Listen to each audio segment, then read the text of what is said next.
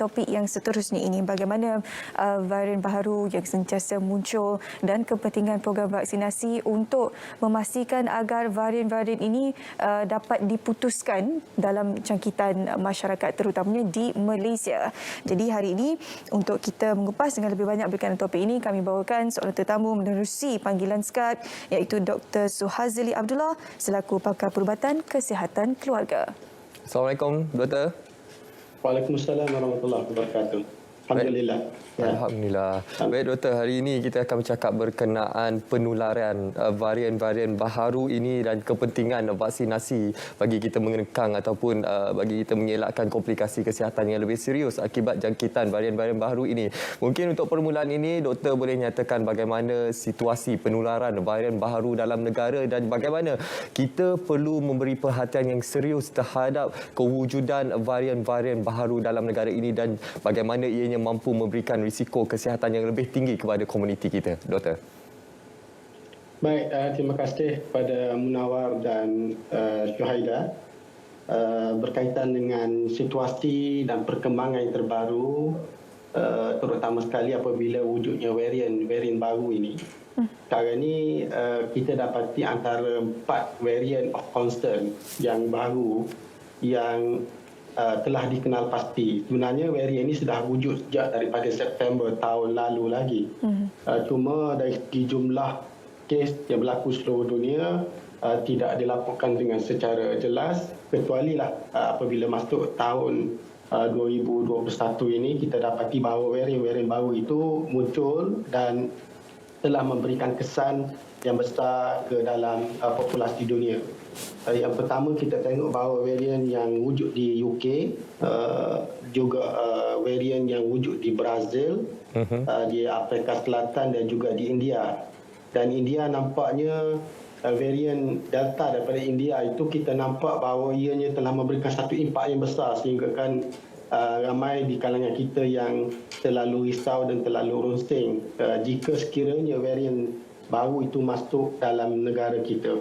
Seperti mana yang telah pun dilaporkan oleh WHO dan Pusat Kawalan Penyakit Internasional ataupun CDC mendapati bahawa varian-varian ini dia punya sifat dia adalah lebih cepat untuk merebak dan ia lebih ganas. Maksudnya segi apabila dijangkiti dia menyebabkan keseriusan akan lebih tinggi sehingga antara 20 hingga 50% daripada varian-varian ataupun daripada virus yang asal itu. Jadi di sinilah kebimbangan dan kerunsingan kita kesemuanya.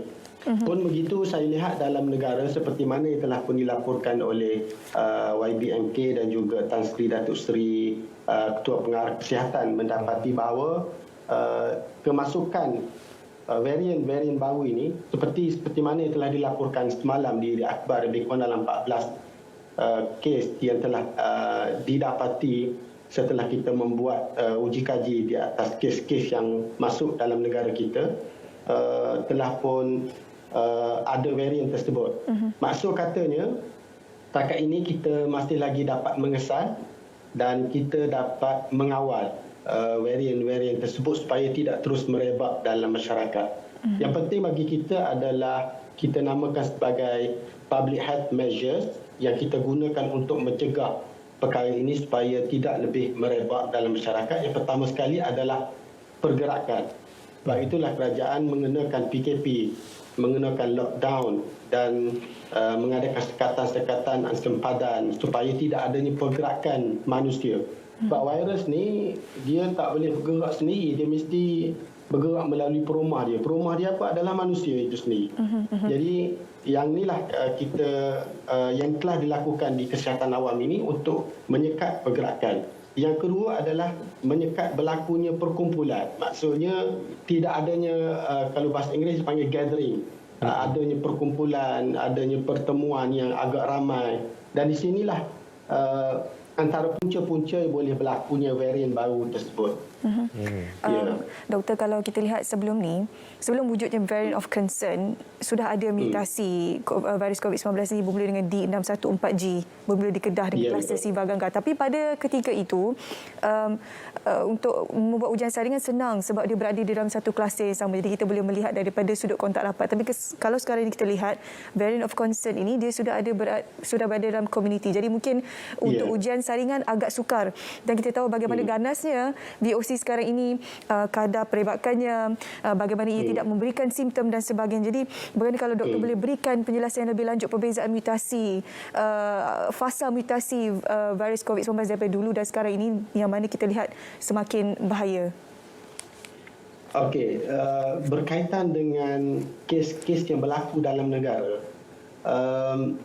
dia seperti mana yang telah dilaporkan oleh Kementerian Kesihatan bahawa antara 60 hingga 70% kes sekarang ini berlaku dalam komuniti yang diberi nama secara sporadik. Apa maksud sporadik? Maksudnya kita tak tahu di mana punca dan indeksnya. Yang ni yang merisaukan dan membimbangkan kita. Sebab sebelum ni, kalau Tan Sri Datuk Seri DG biasanya mengisytiharkan kluster-kluster tertentu. Walaupun sekarang ni ada kluster yang telah diisytiharkan. Tetapi kita lihat bahawa terdapat beberapa kes yang kita tak dapat kesan ataupun trace di mana punca kluster tersebut. Yang ini yang membimbangkan kita sebab pertama sekali adalah kerana terlalu ramai yang terlibat. Terlalu ramai sehinggakan ribuan. Apabila ribuan, kadang-kadang pergerakan manusia itu kita tak dapat mengawal sepenuhnya dan akhir sekali dia merebak dari satu individu ke satu individu lain sehingga kan dia tak tahu siapa indeks yang sebenar. Yang ini merisaukan dan membimbangkan kita. Ini seperti yang saya sebutkan tadi, kenapa varian itu berlaku? Sebab apabila berlakunya dalam kelompok komuniti yang ramai yang kita tak dapat kawan, di sinilah berlakunya mutasi tersebut. Ini satu benda yang telah diketahui secara umumnya apabila berlaku sedemikian. Sebab virus ni adalah satu makhluk yang juga berevolusi. Berevolusi. Jadi dia melakukan variasi-variasi tertentu untuk terus survive, untuk terus hidup. Supaya mereka tidak mati dan sebagainya. Dan di sinilah kita pentinglah bagi kita terutama sekali di kesihatan awam ini, pertama sekali perlu saya sebut adalah menyekat berlakunya pergerakan. Jangan ada sesekali pergerakan. Sebab itulah sebelum daripada ini pun kita dah buat lockdown PKP 1, kita dah buat PKP 2, PKP 3, kita telah sekat sempadan dan sebagainya semata-mata untuk menyekat benda ini supaya tidak terus merebak dalam masyarakat. Varian ini yang kita membimbangkan juga adalah seperti mana yang disebut oleh Syahidah tadilah. Dia apabila masuk, dia cepat menyerang manusia. Dalam tempoh 6 jam je terus boleh jadi teruk. Yang ni kita bimbang. Sebab itu adalah keganasan yang telah ditunjukkan oleh varian baru ini. Sebab itulah kita lihat kes-kes yang berlaku memang terlalu cepat. Sebelum ni nampak okey je. Positif, diketahui positif, dimasukkan ke ward, tiba-tiba terus teruk. Inilah yang membimbangkan kita. Sebab untuk COVID-19 ini dia ada 5 fasa klinikal, 5 kategori klinikal. Kategori 1 dan 2 dia positif dan bergejala ringan. 3, 4, 5 positif bergejala teruk sehingga terpaksa kita masukkan ke ICU dan juga menggunakan alat bantuan pernafasan. Dan yang kita bimbangkan melalui kajian yang telah pun dibuat bahawa varian ini dia terus kepada kategori 3 dan 4 dan 5. Yang ni yang kita bimbang dan kita minta supaya masyarakat memahami keadaan ini. Dan antara solusi yang telah pun kita dapati sekarang ini, alhamdulillah kita telah mempunyai vaksin yang telah pun masuk dalam negara kita. Beberapa jenis vaksin telah masuk dan kajian yang terbaru mendapati bahawa vaksin-vaksin yang telah masuk dalam negara kita juga itu boleh mencegah daripada berlakunya jangkitan COVID yang asal dan juga varian yang baru muncul itu. Itulah kajian baru yang diperolehi daripada beberapa syarikat pengeluar yang telah pun masuk dalam negara kita. Baik doktor, semasa di awal kita berdepan dengan pandemik COVID-19 ini, virus asal COVID-19 ini memberi risiko kepada golongan rentan seperti warga emas dan juga golongan yang mempunyai penyakit komorbiditi. Tapi dengan kewujudan penularan varian-varian baru ini, semua orang tidak terkecuali termasuk golongan muda dan kesannya risikonya lebih berganda kepada kelompok-kelompok komorbiditi ini. Mungkin penjelasan yang lebih lanjut daripada doktor. Ya, betul. Inilah concern kami atau keprihatinan kami di peringkat Kementerian Kesihatan terutama sekali. Sebab itulah apa yang telah pun dinyatakan oleh Yang Amat Berhormat Perdana Menteri pada 12 Januari yang lalu, kita telah mengadakan Pelan Imunisasi COVID Kebangsaan PICK dengan 3 strategi yang utama. Yang pertama sekali adalah untuk perlindungan frontliner. Alhamdulillah, boleh katakan majoriti frontliner telah pun diberi vaksin COVID-19, lebih kurang dalam 600,000 anggota kesihatan, anggota keselamatan dan frontliner yang telah dikategorikan oleh Jawatankuasa Akses Vaksin, Jaminan Akses Vaksin. Yang kedua adalah kita memberi perlindungan ataupun protection kepada golongan berisiko tinggi. Golongan berisiko tinggi ini lebih kurang dalam 9 juta yang kita kenal pasti terdiri pada golongan yang berumur 60 tahun ke atas dan mempunyai penyakit-penyakit kronik seperti kencing manis, darah tinggi, sakit jantung, sakit buah pinggang dan penyakit-penyakit kronik yang lain. Kenapa mereka ni mempunyai risiko tinggi? Sebab apabila kontrak ataupun dapat penyakit ini ialah tu maksudnya dia punya ada di kalangan kita yang tidak bernasib baik dihinggapi oleh penyakit-penyakit seperti ini, dan di sinilah mereka akan rendah dia punya level ataupun tahap imuniti secara umum. Apabila secara umumnya dah rendah tahap imuniti, dari sinilah COVID-19 senang untuk masuk, dan kita dapati daripada 600,000 lebih yang telah pun positif dalam negara kita, dapati antara 60 hingga 70% adalah golongan yang berisiko tinggi, kumpulan yang kedua ini. Dan strategi yang ketiga adalah masyarakat umum secara keseluruhannya yang telah pun kita sekarang ini telah bermula untuk fasa yang ketiga sejak daripada Mei yang lalu sampai sekarang masih terus berjalan. Alhamdulillah.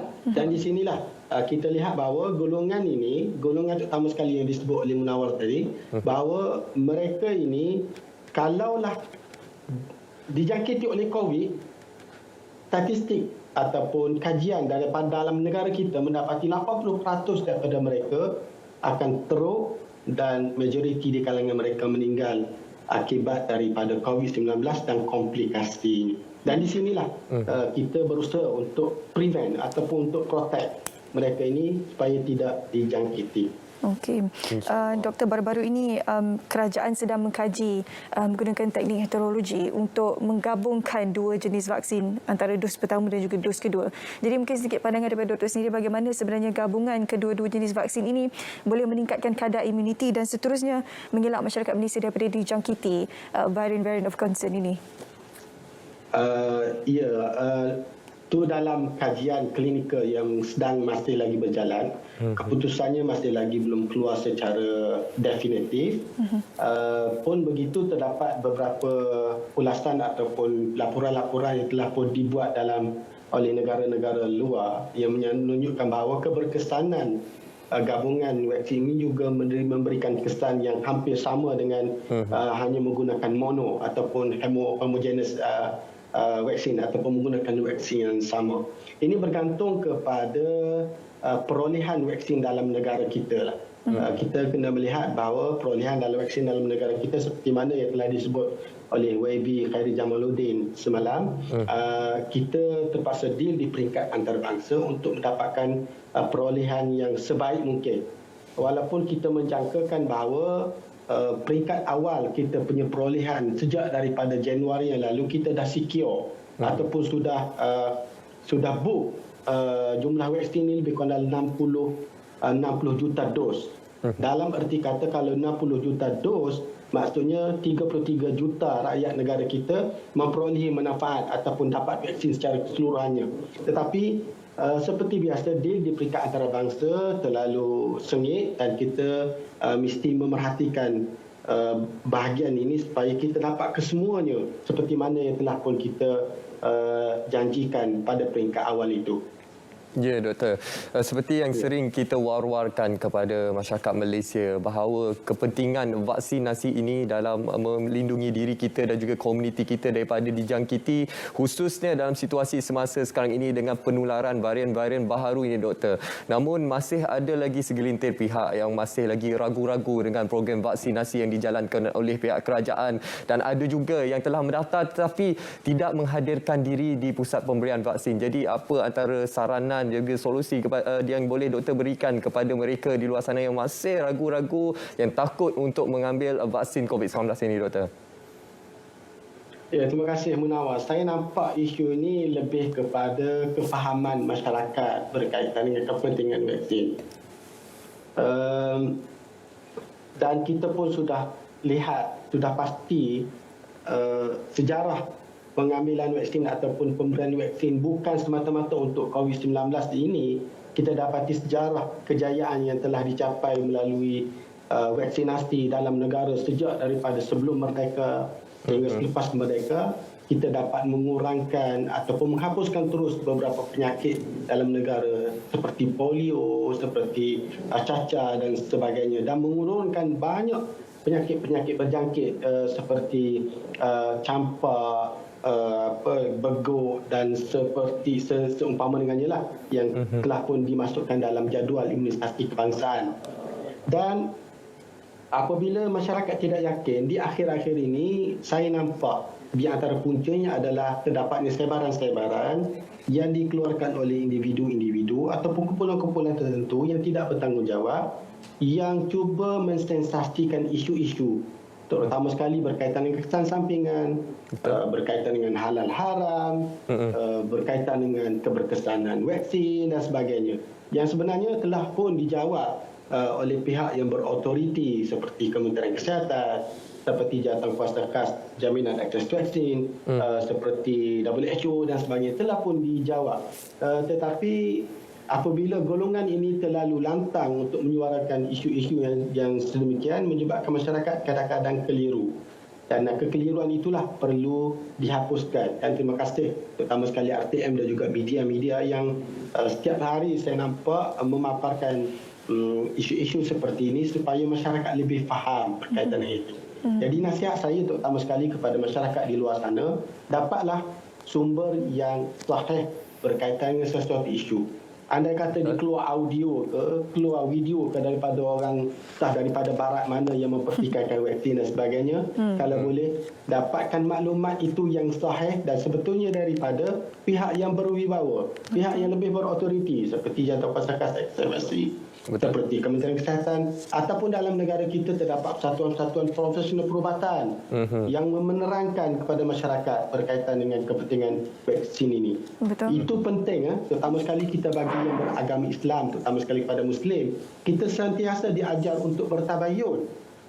Bertabayun maksudnya menilai dan memerhatikan betul ke tak sumber yang dibawa itu sahih ataupun tidak, ataupun ia hanya semata-mata untuk menabur kesangsian, membuat fitnah dan sebagainya dengan isu-isu konspirasi dan seumpama dengannya. Jadi tidak sepatutnya sebagai kita ni sebagai seorang Muslim mudah terpengaruh dengan perkara yang demikian. Betul. Itulah Apa yang penting pada masyarakat ini. Apa yang penting sekarang ini, jangan terpercaya ataupun mudah percaya kepada berita-berita yang tidak benar di luar sana. Jadi itu antara sedikit penerangan daripada Dr. Suhazeli Abdullah, pakar perubatan kesihatan keluarga berkenaan varian COVID-19 dan juga kepentingan vaksinasi dalam negara.